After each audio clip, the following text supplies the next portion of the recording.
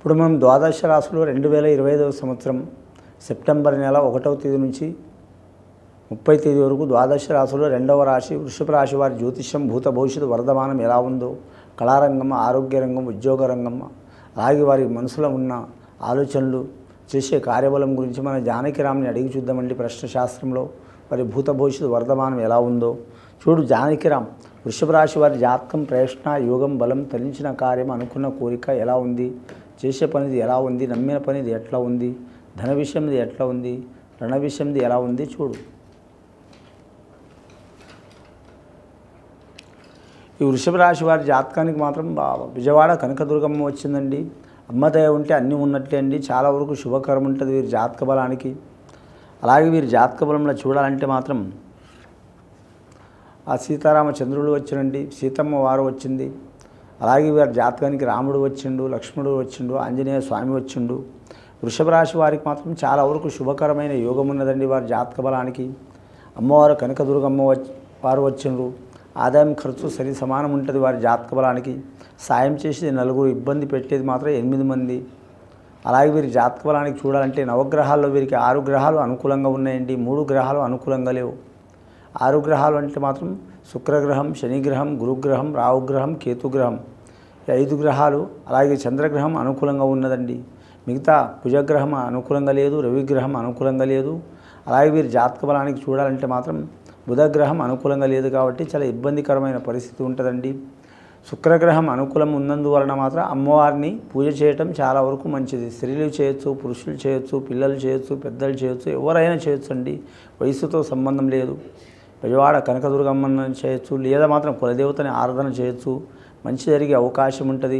శుక్రవారం రోజు, అలాగే పంచమి రోజు, అలాగే దశమి రోజు, మంగళవారం కానీ, శుక్రవారం కానీ, ఆదివారం కానీ అమ్మవారి కుంకుమార్చన పూజ చేయటం చాలా వరకు శుభకరమైన యోగాలు ఉంటాయి. వారి మీద ఉన్న అరిష్టాలు తొలగిపోయే అవకాశాలు ఉంటాయి. స్త్రీలకు అధిక ప్రాధాన్యత ఉంటుందండి. సువాసిని పూజ చేయించడం చాలా వరకు మంచిది. ముత్తైదువుల పూజ చేయించడం చాలా వరకు మంచిది. అలాగే వివాహం కాని వారికి కూడా శుభయోగం కలిసి వస్తుంది. ఆ పూజ చేస్తే వివాహమైన వారికి కూడా భార్యాభర్తలు అనురాగం మంచిగా ఉంటుందండి. అలాగే సంతానం లేని వారికి కూడా సంతాన ఫలం కలిసి వస్తుంది. అలాగే సంతానం నుండి ఇబ్బందులు పడుతున్నవారు, ఆరోగ్య సమస్యలు వస్తున్నవారు, చాలా వరకు ఆర్థికపరమైన సమస్యలు వస్తున్న వారు కూడా తొలగిపోయే అవకాశాలు ఉంటాయి. ముఖ్యంగా ఈ రాశివారి జాతకానికి శనిగ్రహం కూడా అనుకూలంగా ఉంది కాబట్టి ఓపిక చాలా ఉంటుంది, సహనం చాలా ఉంటుంది, పట్టుదల చాలా ఉంటుంది, అనుకున్నది సాధించే అవకాశం ఉంటుంది.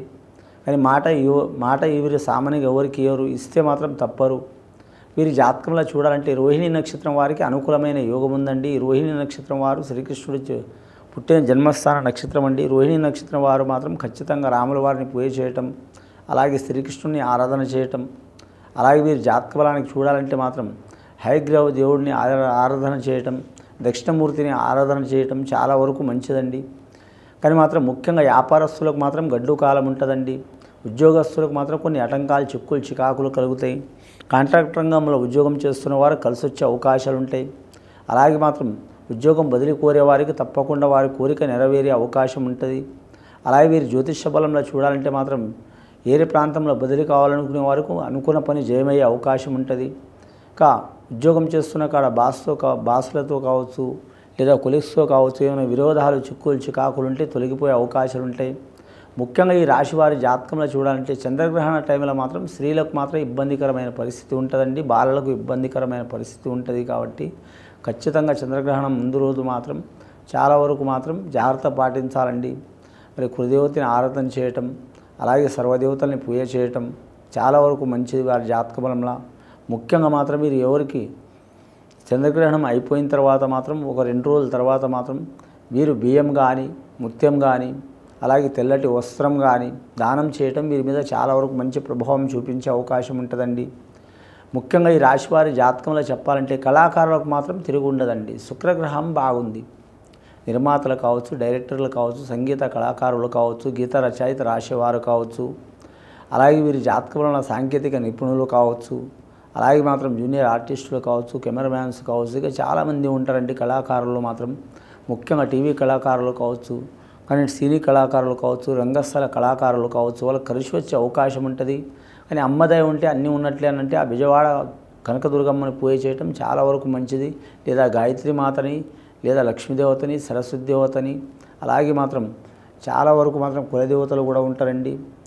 నల్లపోచమ్మ కానీ, ముత్యాలమ్మ కానీ, మైసమ్మ కానీ, అలాగే మాత్రం గంగమ్మ కానీ, పోలేరమ్మ కానీ, రాజరాజేశ్వరి దేవత కానీ, రకరకాల అమ్మవార్లకు కొన్ని కోట్ల పేరున్నాయండి. అమ్మవార్లను పూజ చేయటం చాలా వరకు మంచిది. విద్యార్థులు మాత్రం సరస్వతి మాత్రం పూజ చేయటం చాలా వరకు అనుకూలంగా ఉంటుందండి. అమ్మాయిలు కానీ అబ్బాయిలు కానీ ఎవరైనా సరే. విద్య విషయంలో కొన్ని ఆటంకాలు వస్తాయండి. మతిమరుపు చాలా ఉంటుంది. ఆ మతిమరుపు చికాకు తొలగిపోవాలంటే మాత్రం ఆంజనేయ స్వామి సందర్శనం చేయటం మంచిది. విఘ్నేశ్వరుని ఆరాధన చేయటం మంచిది. గంటల పూజలు చేయాలని ఏం లేదండి. మనస్ఫూర్తిగా 10 నిమిషాలు పూజ చేసినా కూడా చాలా వరకు మంచిది వీరి జాతక బలానికి. ముఖ్యంగా మాత్రం చాలా మతిమరుపు ఉన్నవారు సరస్వతి లేహం ధరించటం, సరస్వతి లేహం వారు వాడటం, సరస్వతి చూర్ణం మాత్రం పాలతో తాగటం, గోవు పాలతో, ఆవు పాలతో తాగటం చాలా వరకు మంచిది వారి జాతక బలానికి. అలాగే మాత్రం వివాహ శుభకార్య విషయాల్లో అయితే ఇప్పుడైతే ముహూర్తాలు అయితే లేవండి. చిన్న శుభకార్యాలు అయితే కలిసి వస్తాయి. వివాహ శుభకార్యాలు అయితే కలిసి రావు. ఈ రాశివారి జాతకంలో చంద్రగ్రహణ ప్రభావం చాలా ఉంటుందండి. ఎందుకంటే ఈ రాశివారి జాతకంలో చూడాలంటే మాత్రం ముఖ్యంగా మాత్రం ప్రతి రాశి వారి మీద ఎఫెక్ట్ చూపిస్తుంది. కానీ మాత్రం కొన్ని రాశుల మీద అనుకూలంగా ఉంది, కొన్ని రాశుల మీద అనుకూలంగా లేదు. కాబట్టి చంద్రగ్రహణం ఎఫెక్ట్ ఉంటుంది. కాబట్టి మాత్రం గర్భిణీ స్త్రీలు కావచ్చు, లేదా మాత్రం బాలలు కావచ్చు, పిల్లలు కావచ్చు, సడన్గా ప్రయాణం చేయటం కానీ మాత్రం చేయొద్దండి. కానీ మాత్రం సాధకులు కావచ్చు, లేదా మాత్రం మంత్ర సాధకులు కావచ్చు, యంత్ర సాధకులు కావచ్చు, అటువంటి వారు మాత్రం వారు ఉపవాసం ఉండటం చాలా వరకు మంచిది. మామూలుగా ఉండేవారైతే మామూలుగా మాత్రం కులదేవతని పూజ చేయటం చాలా వరకు మంచిదండి. విదేశానం వెళ్ళాలనుకునేవారు కలిసి వచ్చే అవకాశం ఉంటుంది వీరి జాతక బలానికి. రాజకీయ నాయకులకైతే కలిసి వస్తుందండి. గురుబలం ఉంది, రాహుబలం ఉంది. వారి జాతక బలానికి బుధగ్రహ బలం లేదండి. అందువలన వ్యాపారంలో కలిసి రాదు వీరి జాతక బలానికి. సైన్స్ రంగంలో కూడా కలిసి రాదు, స్టాక్ మార్కెట్ రంగంలో కూడా కలిసి రాదు. అలాగే వీరి జాతక బలానికి చూడాలంటే మాత్రం ముఖ్యంగా మాత్రం ఐఏఎస్, ఐపీఎస్ రంగం ఉన్న వారికి మాత్రం కలిసి వచ్చే అవకాశం ఉంటుంది. బోధన రంగంలో ఉన్నవారికి ఇబ్బందులు వచ్చే అవకాశాలు ఉంటాయి. అలాగే వీరి జాతకంలో ఆరోగ్య విషయంలో జాగ్రత్తగా ఉండాలండి. ఆరోగ్యం మహాభాగ్యం అన్నారు పెద్దలు. కానీ మాత్రం ముఖ్యంగా మానసిక పరమైన చిక్కులు కానీ, శారీరకపరమైన చిక్కులు కానీ వచ్చే అవకాశాలు ఉంటాయి. ఈ చికాకులు తొలగిపోవాలంటే ఆరోగ్య ప్రదాత మాత్రం శివుడండి. మహాశివుడిని పూజ చేయటం చాలా వరకు మంచిది. వీరి జాతక బలానికి వీలైతే శ్రీశైలం మల్లికార్జున స్వామి దర్శనం చేయటం, అలాగే శ్రీకాళహస్తిని దర్శనం చేయటం, అలాగే వీరి జాతక బలానికి లేదా వారు ఉండే గ్రామంలో కావచ్చు, ఊరిలో కావచ్చు, సిటీలో కావచ్చు శివాలయం సందర్శనం చేయటం చాలా వరకు మంచిది వీరి జాతక బలానికి.